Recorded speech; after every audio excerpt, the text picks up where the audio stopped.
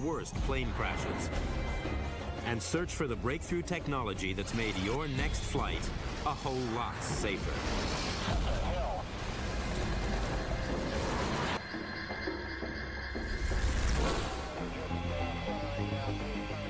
January 25th, 1990, as fog engulfs JFK, planes stack up overhead. The tower routes AVIANCAa Flight 052 for final approach. At 600 feet, the pilot hits a blast of turbulence and aborts the landing. We just missed some explosion. We're maintaining 2015. Then, the pilot relays bigger news. And we're running out of fuel. The 707 is now running on fumes. AVIANCAa 052, you have enough fuel to make it to the airport? AVIANCAa 052, New York.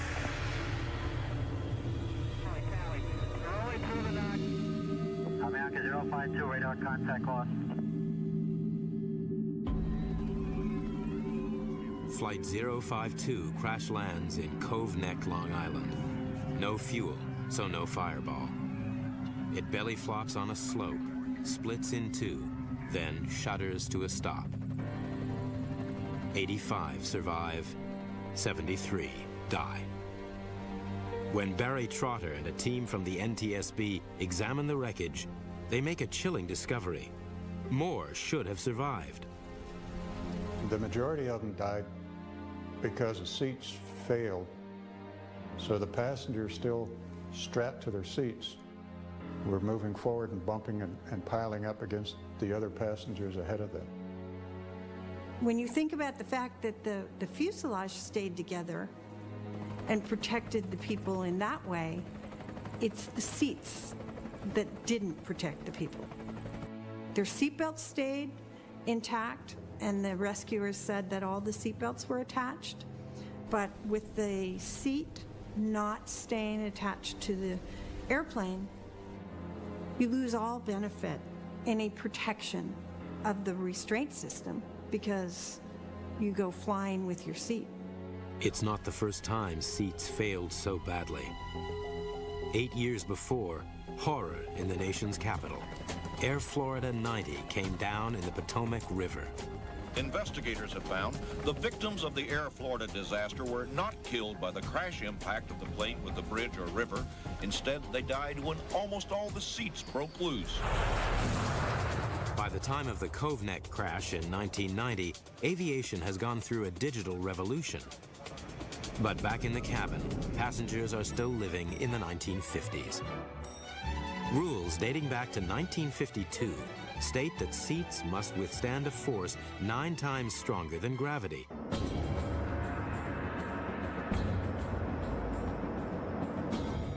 Here's how they tested a seat.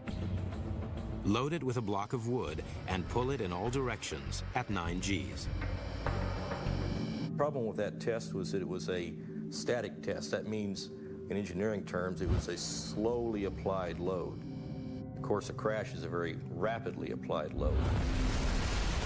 Throughout the 70s, engineers conduct all sorts of dynamic tests, but only on the airframe, not the seats. Not until 1981 does the FAA finally open a facility to dynamically test seats. One of our most spectacular videos that illustrates the problems with the 9G seats, we called it Flying Freddy. Freddy reveals the fatal flaws. The legs sit rigid in a lightweight track. On impact, the track buckles, and mayhem. The legs are cast from brittle steel. They can't absorb the kinetic energy thrown at them during the crash.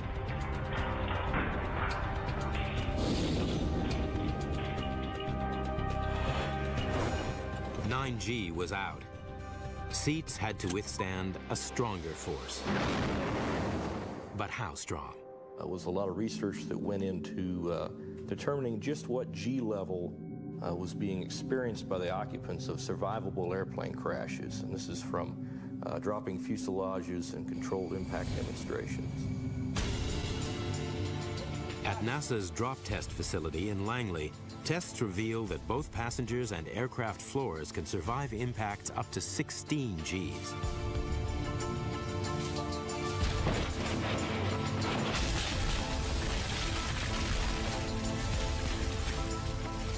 The FAA sets a new gravity goal, but faces an even tougher challenge. Design a seat that can run down this track at 44 feet per second and survive a sudden halt equal to a 16G impact. The seat structures needed to be strong, but also light.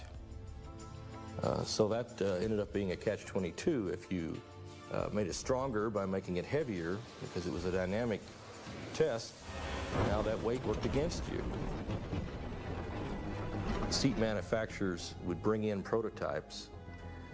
We'd put them on our test sled, and invariably, they would simply break loose and go flying off the sled. While tests continue, the world's fleet is still flying with 9G seats, the standard set in 1952. Finally, in 1986, the breakthrough. And this is how they did it. First, they fit a flexible stud to the end of the seat leg. When the track buckles, the foot swivels instead of snapping out. Second, they cast the legs in a C shape. In a crash, the back legs straighten and the front legs compress. As the legs crumple, they absorb most of the kinetic energy of the impact. When that seat finally stayed on at 16 Gs, everybody was pretty enthused. There was some jumping up and down and hollering going on. In 1988, manufacturers fit 16G seats on new planes. But it was judged too expensive to retrofit the entire existing U.S. fleet. 1 year later, a Boeing 737 crashes on a freeway in England. The broken Boeing, 4 months off the production line, so profoundly distorted that in the cold light of day, it was hard to imagine that anyone could have escaped alive. 47 die, but experts believe that many of the 74 survivors owe their lives to the new 16G seats.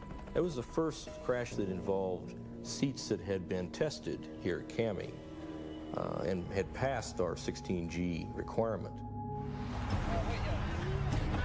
When AVIANCAa 052 crashed at Cove Neck 12 months later, it still carried the old seats. Experts believe that lives could have been saved if the plane had been fitted with 16G seats. Not until October 2009 will they become mandatory on all aircraft.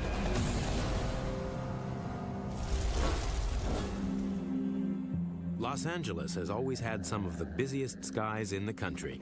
In 2008, almost 60 million people flew in and out of LA in one single month. Busy skies, but closely watched. Over an area of 7,000 square miles, 25 airports, employing nearly 300 air traffic controllers. August 31st, 1986. A clear day with visibility up to 14 miles. At 11:46 a.m., the LAX tower clears Aero Mexico 498 for descent. On board, 58 passengers and 6 crew. 6 minutes later, the DC-9 disappears from the radar screen.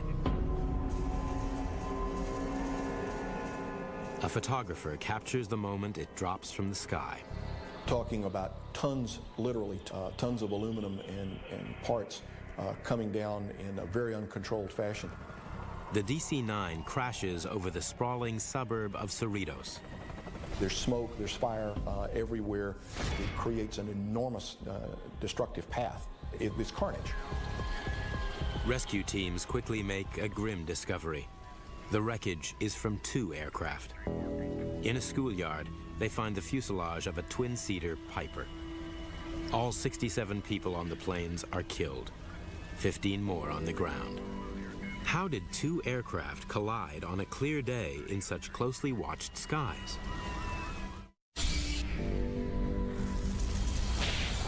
Two planes have collided in mid-air over Los Angeles. Investigators must probe why. They check the flight records and discover the Piper left Torrance Airport 12 minutes before the crash. It ascends to the wrong altitude and enters the LAX terminal control area, flying straight into the path of Aeromexico 498. The air traffic controller didn't know they were there. The Aeromexico crew clearly didn't know they were there, and the Piper, in all likelihood, believed that they were outside of airspace that would present them any danger. In fact, they weren't, and the collision occurred. All pilots learn the first rule of aircraft separation. It's called see and avoid, a method as crude as it sounds. In tests, it works barely half the time. Investigator and ex-pilot John Cox knows why. It is very difficult to see a small aircraft, particularly when they pose a threat to you, as they're oftentimes virtually head-on, so that they don't present a large profile, so it's very hard to see them. Two planes are flying over Arizona on a deliberate collision course. Closing with the other aircraft right now. He's about 17 miles ahead of us, and we're closing at about 400 knots, which is about 450 miles an hour. That means they're traveling at a combined speed of 900 miles an hour. They'll meet in seconds. Only now does the co-pilot spot the other aircraft. They've seen and have split seconds to avoid. He's off to the left there. If the pilots hadn't been looking for the other plane, they'd probably have collided. Human eye isn't very good at picking out little specks on the horizon. And if you're actually going to run into another aircraft, that little speck is not moving around at all. So it's extremely difficult to see, even on a clear day. The Massachusetts Institute of Technology has studied the effectiveness of see and avoid. The engineer in charge of the investigation is John Andrews. In the case of the Cerritos accident, the aircraft were closing at almost 300 knots. And what that means is that in order to see the aircraft in time to avoid, you would have to see it at about a distance of 1 mile. That's 13 seconds approximately before the collision. At a distance of 1 mile, the Piper aircraft, the smaller aircraft, was the same size as a US 1-cent coin at 40 feet. The drawbacks of see and avoid became clear in the 1950s as planes flew faster. In 1956, a mid-air collision over the Grand Canyon kills 128. At the time, it was the world's deadliest air crash. Research begins on the holy grail of air safety, a collision avoidance system. But work stops after 6 months. The technology just doesn't exist. By the late 1970s, however, avionics had moved on. Aircraft now carry a device called a transponder to avoid mid-air collisions. Using transponder beacons, air traffic control can track a plane's location, altitude, and call sign via ground receivers. But the advance is not foolproof. Pilots must rely on air traffic controllers for a warning. 1978. On approach to San Diego, a 727 collides with a single-engine Cessna. 137 die. Spurred by the tragedy, John Andrews' team at MIT worked to develop a traffic collision avoidance system, or TCAS. The goal, to develop a cockpit warning system which will alert pilots to nearby planes. Hundreds and hundreds of hours of testing had to be done to bring the system to the point where we could actually say if this were installed, it would work.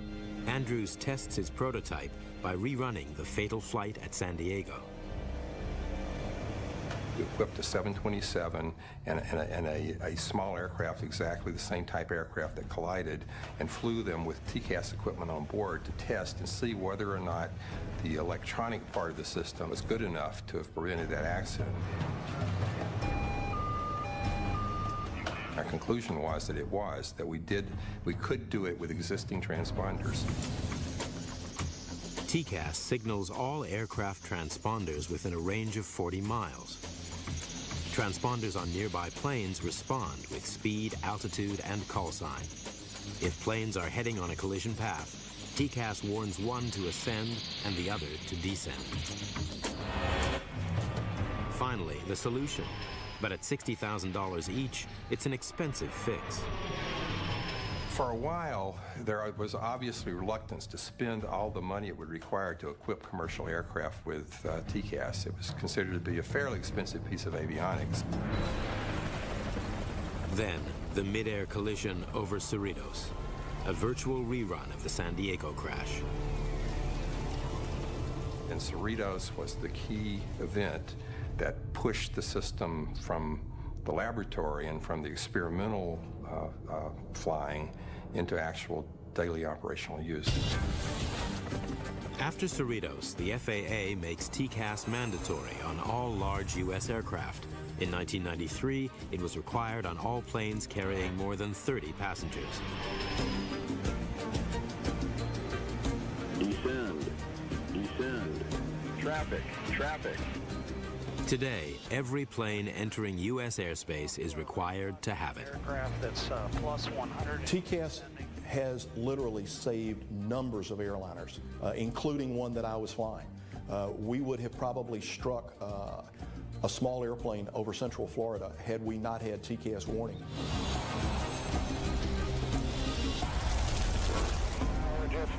June 1st, 1999. American Airlines 1420 from Dallas-Fort Worth makes its final approach into Little Rock. As they head toward runway 4R, they fly into a tempest. It was a very stormy night, and the airplane was late, very late. They landed on a rain-flooded runway in very high wind conditions. Had to land on the high side of the speed threshold because of all the events going on around him. And went off the side back to the center. And he went off the end going quite fast. 146 lives hang in the balance.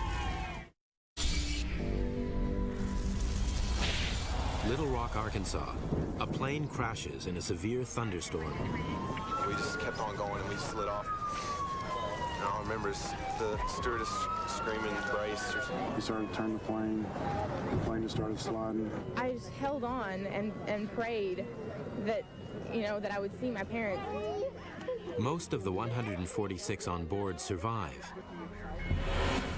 The pilot and 10 passengers die.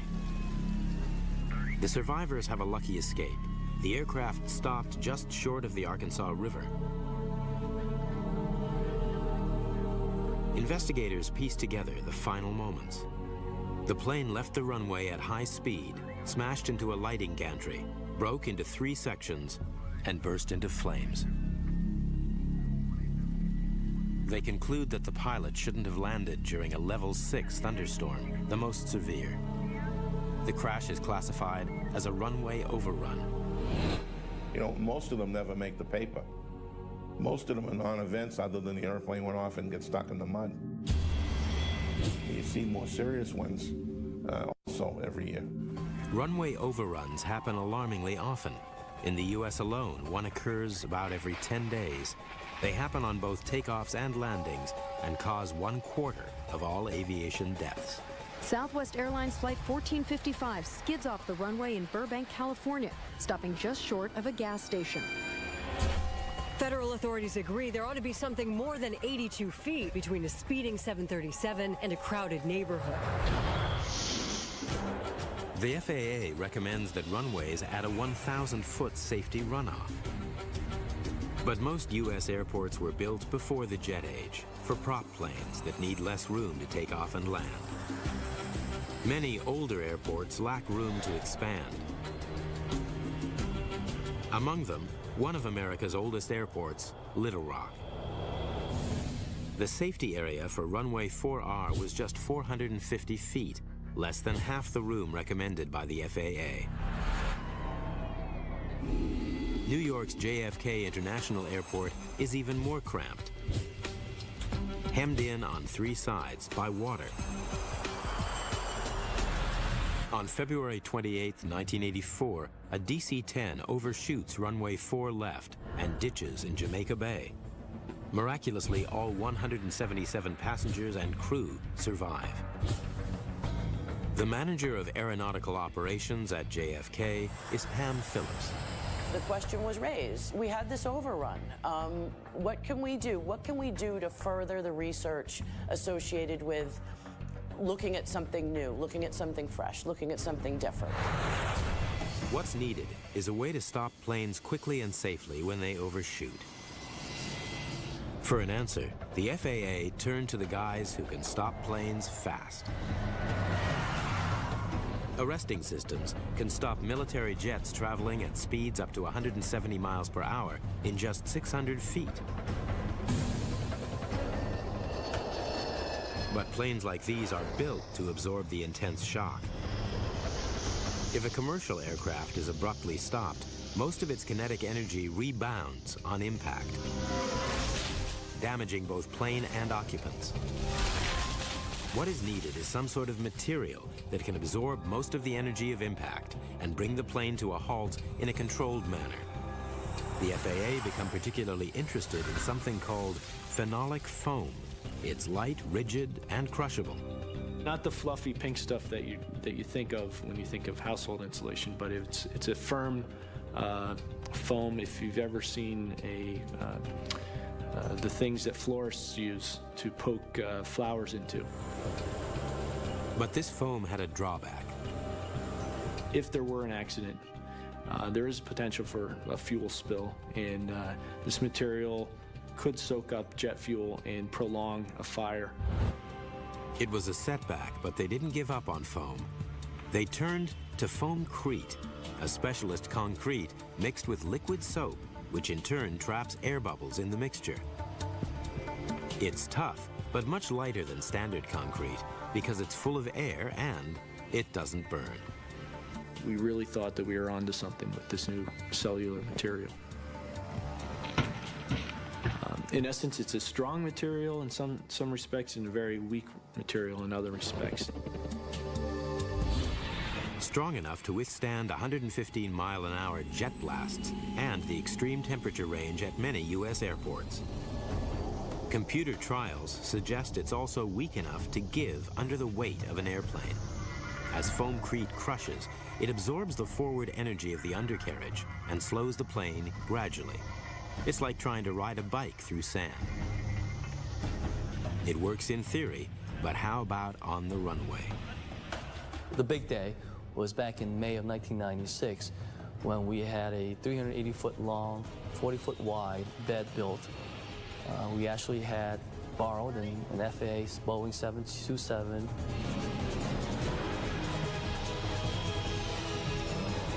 The jet is traveling at 50 miles an hour. We actually had a couple of our employees on the plane. The 727 hits the foamcrete at high speed. The landing gear absorbs the shock. And 10 tons glide to a halt.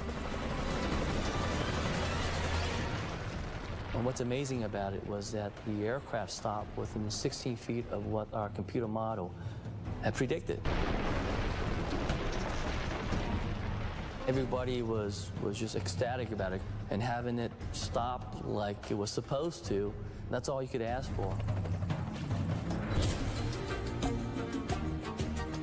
They dub it Engineered Material Arresting System, EMAS. In months, the first EMAS bed is laid at the end of JFK's runway 4 right. But will it work in a real emergency? To stop runway overruns, JFK installs a bed of foamcrete. The bed goes unused for almost 3 years. Then, on May 8th, 1999, Pam Phillips gets a call. It was Mother's Day of 1999. It was a day much like this. It was rainy, it was gray, and I will never forget getting the phone call. A Saab commuter jet landed long and ran straight into the EMAS bed.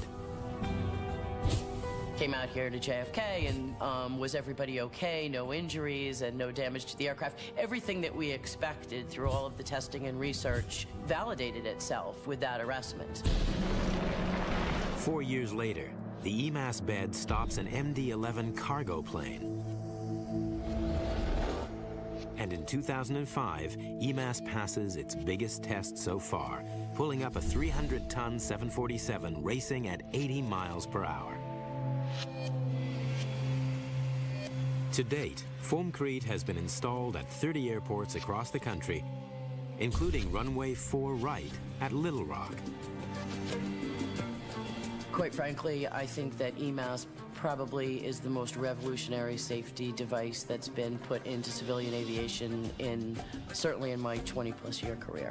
Absolutely.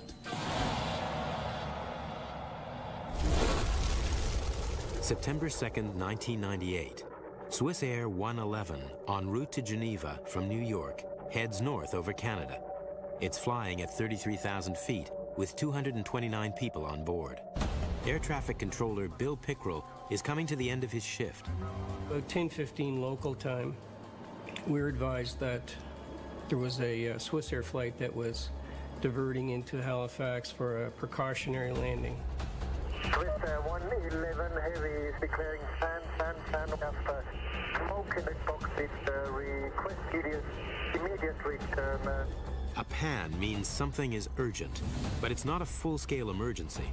They didn't think it was serious, but this was an aircraft that was about to go across the North Atlantic. Before landing, they have to take precautions. We must dump some fuel. Maybe do that in this area during descent. Are you able to take a turn back to the south, or do you want to stay closer to the airport? Stand by short. No sense of urgency in the pilots' voices. There was no way of knowing that the situation on the aircraft was changing. We are between 12 and 5,000 feet. We are declaring emergency now at time 0124. Swiss Air 111, check you're cleared to start fuel dump. As the pilot tries to speak, he's abruptly cut off. With all contact lost, Bill Pickrell can only watch the radar as the plane flies erratically out to sea and then disappears. What followed was about a little more than 5 minutes, almost 6 minutes of probably the most helpless feeling you can imagine. I feared the worst. I expected that he was in the water.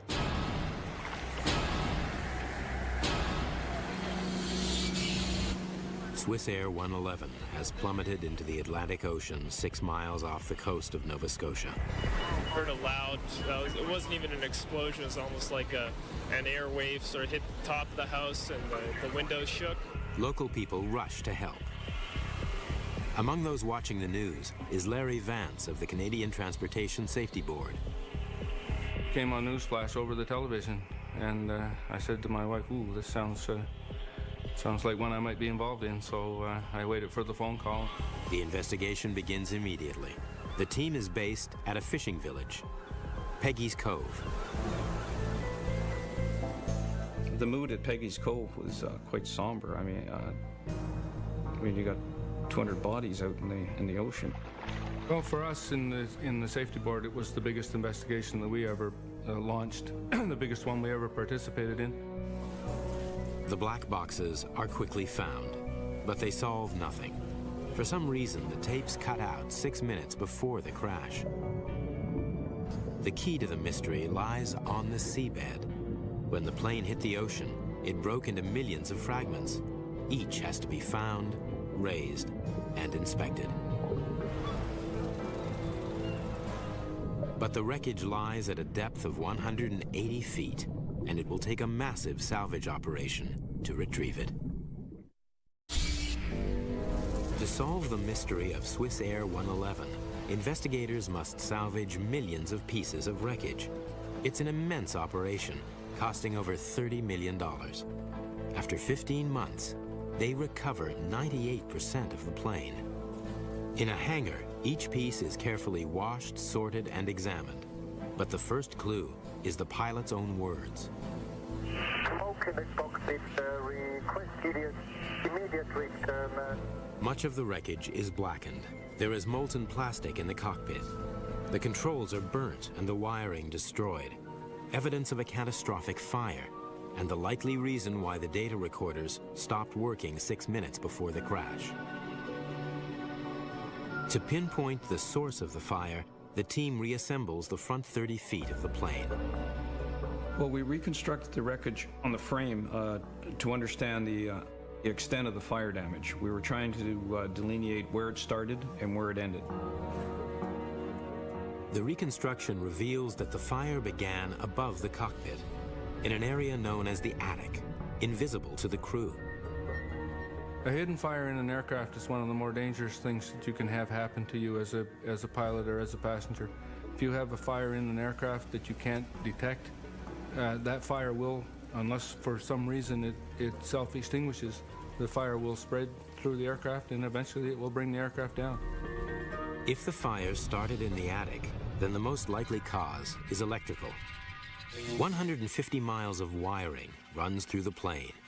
Thousands of them lie in the attic. After 4 years of careful scrutiny, they find the source of the ignition.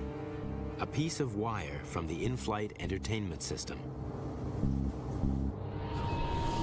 Investigators believe that 2 wires chafed on a metal bracket, wearing away the insulation.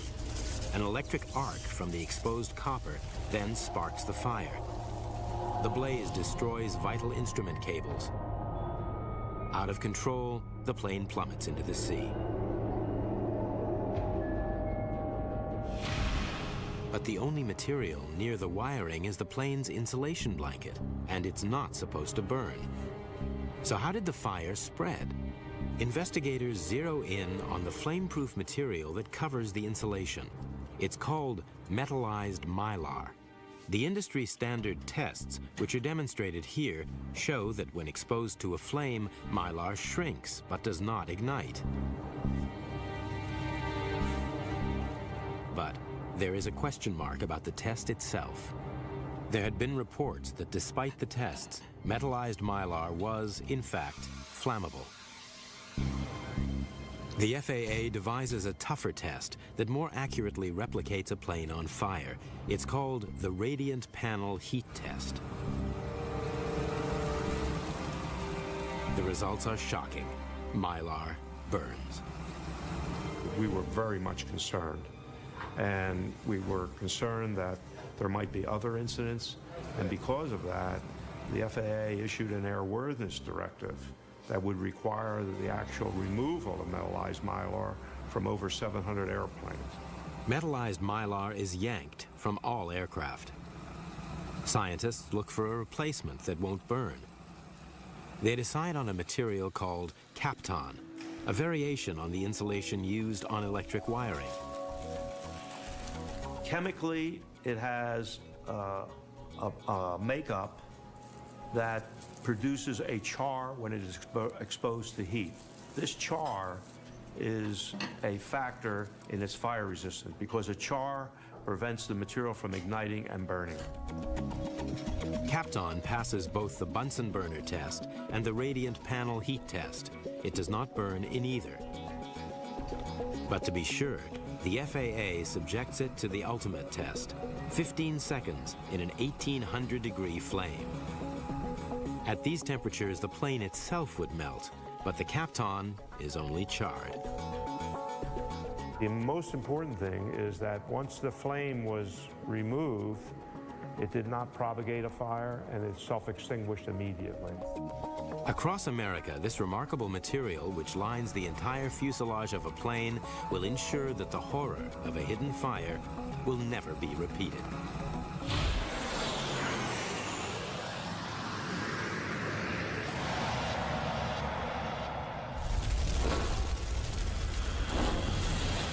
Los Angeles International Airport, February 2nd, 1991, 5:58 p.m., the busiest time of the day in the control tower. US Air 1493 is en route from Syracuse, New York. As it makes its final approach, the pilot confirms clearance to land with air traffic control. Yes, sir. 1493 for the left side, 24 left. Yes, sir. 1493 for the land runway 24 left. The pilot's visibility is severely impaired. He is landing into the setting sun. But then he sees something on the runway. What the hell?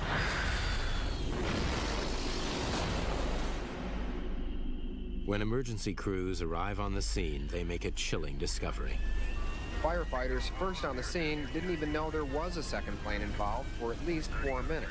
Then observed the propeller, realized that the propeller didn't belong to a 737, and then went back out on the airport to look for the rest of that airplane. The propeller belongs to a SkyWest turboprop, which was sitting on runway 24 left, awaiting clearance for takeoff. All 12 people on the turboprop are killed. 22 die on the 737. Within hours, crash investigator John Cox is on the scene. What we saw when we went out there was a very badly damaged 737, both due to the impact as well as the ensuing fire, and the crumpled Embraer up underneath the Boeing. It was a very tough place to work. Just how could two planes collide on the runway? Two planes have collided on a runway at LAX. An investigation by the National Transportation Safety Board quickly finds out why. The fault was found to be the air traffic controller working the tower at Los Angeles. Forgot that she had instructed the SkyWest airplane onto the runway. She lost awareness of where that airplane was. 1493 for land runway 24 left. Certain times of the day, the air traffic controller probably feels like their head is in a vice. On busy airports with airplanes coming and going, it's very easy for controllers to lose track of exactly where an airplane is. It's the controller's job to keep a safe distance between aircraft. The most dangerous place is where planes are moving fast out on the runway. When there's an airplane on approach or on takeoff for that runway, that is sacred ground. And you cannot bring any other vehicle into that sacred ground. This is the result when that ground is violated. March 1977, at Tenerife in the Canary Islands, two Boeing 747s collide at high speed on the same runway. 583 die in the world's worst aviation disaster. Heavy fog led to miscommunication between pilots and controllers, human error, and technology failed to detect it. Controlling air traffic is one of the world's toughest jobs. 1500, cross 4 left, straight down the runway, ground point 9. Cross Delta, you can go left Bravo, because I'll give way. Cross American and Austrian and the Qatar. JetBlue owner is waiting for you. Cross 4 left. Controllers at major airports, like New York's JFK, regularly handle up to 100 flights an hour. Since the 1950s, most airports have been equipped with radar systems to monitor traffic. Ground radar sends out radio waves which are reflected back from aircraft. The plane's position can then be tracked by the tower. But controllers must manually match every radar blip with each plane's call sign. Hard work at rush hour. Worse, the radar signals can be deflected by heavy rain, snow, and fog. Surface radar as we have it today does have some limitations. There are blackout spots that it doesn't return very well. There are false signals sometimes. But a team at Syracuse, New York has developed a life-saving solution. They call it Airport Surface Detection Equipment, or ASDX. As a plane moves across the airport, its transponder sends out data such as the flight's call sign. Sensors along runways receive the signals while constantly tracking the aircraft's movement.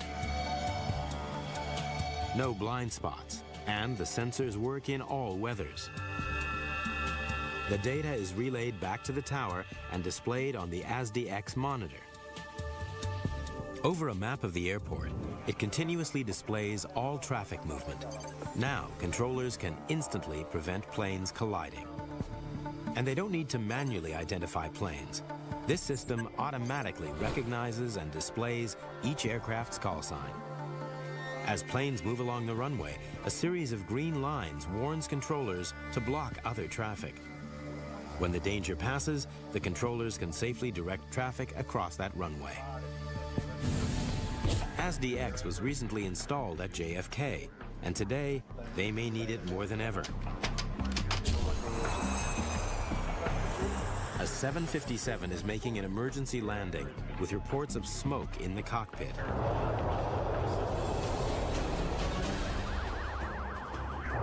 You can contact ground on 121.9. He wants the vehicles to inspect the aircraft.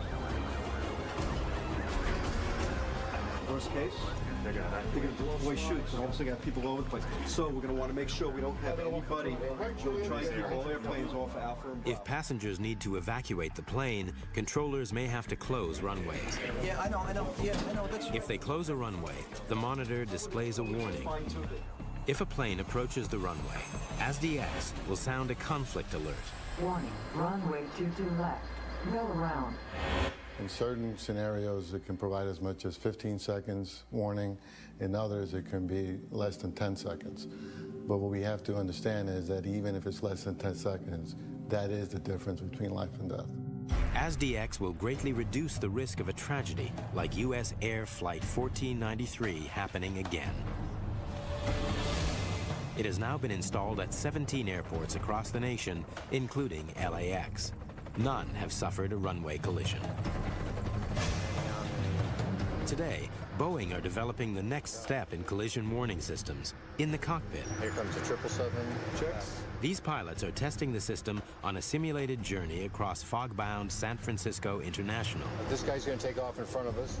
They turn onto runway 19 left and wait for clearance to take off. Tower Boeing 001. I'm waiting for takeoff clearance.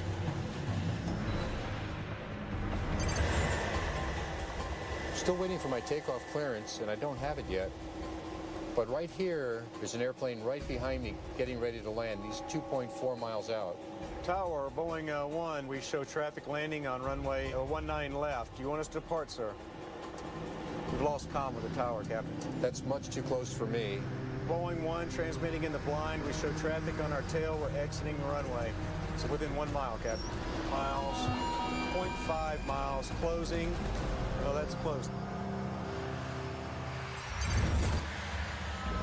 Without the cockpit warning, disaster. Today, decades of innovations safeguard flyers against collisions on the ground and in the air, hidden fires, and runway overruns.